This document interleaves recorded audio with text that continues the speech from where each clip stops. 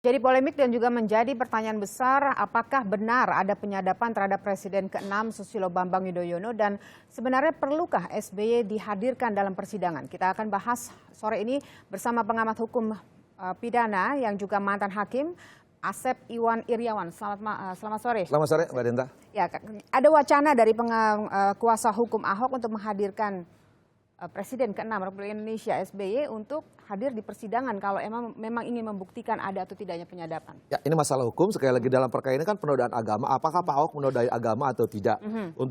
Untuk dakwaan itu dibuktikan alat bukti. Nah, salah satu ada keterangan saksi. Saksi didengar kemarin keterangan saksi Kiai Haji Maruf Amin. Kan? Soal Pak Arief mengatakan A, di luar mengatakan B. Ya sekarang yang menilai pembuktian di persidangan saksi itu adalah hakim. Jadi keterangan saksi di persidangan tidak bisa diambil untuk keluar, ya kecuali kesaksian palsu. Kesaksian palsu harus ada penetapan hakim. Nah, apakah SBY harus dihadirkan? Loh, Pak SBY kan bukan saksi.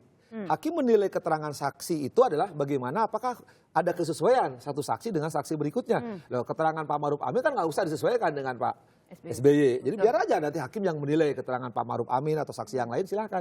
Nah, Pak SBY itu kepentingannya dihadirkan. Toh yang dibuktikan sekarang penodaan terhadap agama. Ya. Kalau misalkan keterangan Pak Maruf Amin berbeda dengan Pak SBY di dalam persidangan Pak Maruf Amin mengatakan A, Pak SBY mengatakan B, lain dua hal yang berbeda. Kedua, penyadapan. Kan sepengetahuan kita, sepengetahuan saya, sekali lagi kan tidak ada kata-kata penyadapan. Penyadapan itu timbulnya dari kata-kata istilahnya dari Pak SBY. Betul, misalkan katakan bahwa ada bukti lain, kata Pak Ahok. Ya bukti itu ditunjukkan di tahapan majelis. Nah, selama ini kan belum ditunjukkan buktinya.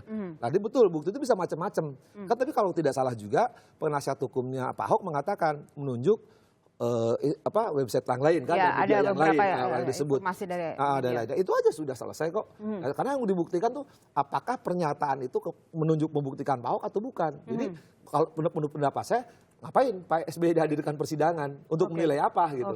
Oke, ini kan polemik justru muncul dari materi persidangan sendiri itu, dan perdebatannya justru di luar sebenarnya dari konteks materi persidangan. Apa yang sebenarnya berkembang di luar sebenarnya? Ya, kalau di persidangan hakim terikat oleh fakta persidangan, yang kalau di fakta hukum. Kalau di luar memang ada masalah, orang mau ribut penyadap, nyadap karet, nyadap siapapun nggak ada urusan. Itu dunianya bukan dunia hukum, dunia para politisi. Tetapi kalau mereka mau narik ke dunia hukum dari persidangan nggak bisa. Fakta persidangan tidak bisa dijadikan bukti untuk keluar, ya kecuali misalkan contoh tadi memberikan keterangan palsu atau menggunakan surat palsu. Tapi ketika pernyataan Pak Ahok, pernyataan penasihat hukum tidak bisa dikeluarkan. Apalagi kalau pernyataan penasihat hukum dalam rangka pembelaannya itu punya imunitas.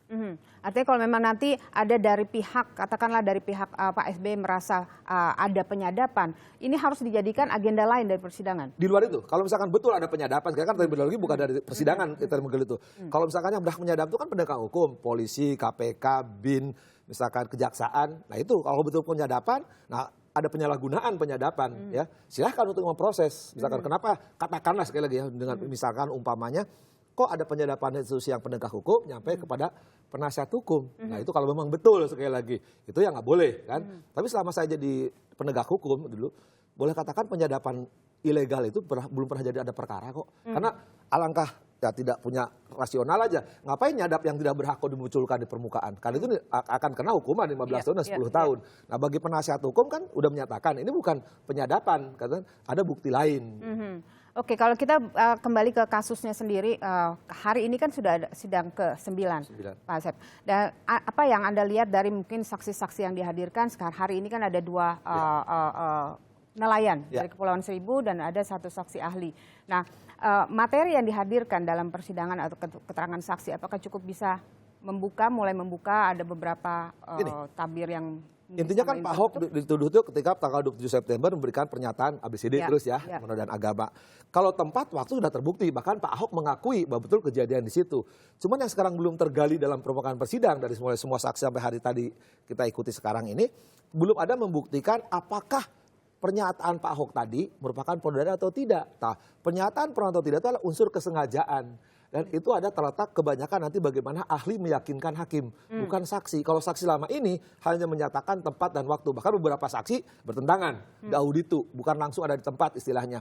Baru lurah yang mengabadikan kamera, kemudian hari ini nelayan, tapi juga hanya menyatakan tempat dan waktu. Tapi soal ucapan, kebanyakan mereka tidak tahu. Kalau ucapan kebanyakan mereka lihat di YouTube atau media sosial atau yang rekaman Pemda itu. Dan kasus ini begitu akhirnya muncul menjadi sebuah fenomena, menjadi sebuah polemik ketika ada fatwa MUI juga yang yang melatar belakangi ada fatwa haram terkait dengan istilah Ya, tersebut. kita pisahkan. Ada dua istilah, ada fatwa, ada sikap keagamaan. Ya. Nah, yang keluar dijelaskan oleh Pak Kiai Ma'ruf Amin maupun saksi yang dari MUI sekarang adalah bagaimana lahirnya sikap keagamaan dari MUI. Nah, kalau fatwa sebenarnya nggak ada. Nah, kalau sikap keagamaan itu sekali lagi, kalau dakwaannya sih penodaan terhadap agama, terminologi hukumnya itu.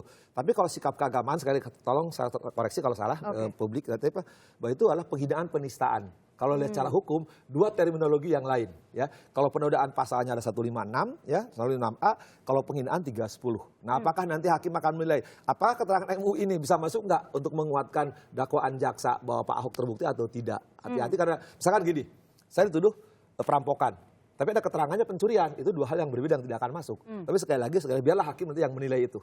Kalau kira-kira dengan menghadirkan MUI dalam kasus ini? Ya, katakanlah MUI tadi sebagai ahli. Sekali lagi keterangan ahli untuk menjernihkan atau untuk terangnya suatu perkara. Tapi hakim tidak terikat oleh keterangan ahli. Ya, jadi hakim itu diyakinkan dengan minimum 2 alat bukti. Tapi keterangan ahli tidak mengikat bagi hakim. Dalam perkara pasal ini justru ada lebih sepenuhnya diserahkan kepada hakim. Karena pembuat undang-undang tidak menjelaskan kesengajaan menoda agama itu apa. Nah, nanti hakim akan terasa oleh fakta-fakta di persidangan atau kemampuan rasio desidendianya hakim akan keluar di situ. Termasuk ketika tadi ada pertanyaan dari majelis hakim kepada salah satu saksi, apa yang Anda rasakan ketika mendengar pidato?